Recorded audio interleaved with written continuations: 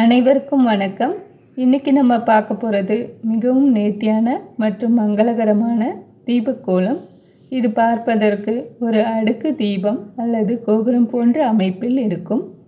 முதலில் புள்ளிகளை சரியாக வைப்பது தான் இந்த கோலத்தின் அடிப்படை. இதில் முக்கோண வடிவில் புள்ளிகளை வைத்து அதை இணைக்கும்போது ஒரு அழகான பிரமிடு வடிவம் நமக்கு கிடைக்கும்.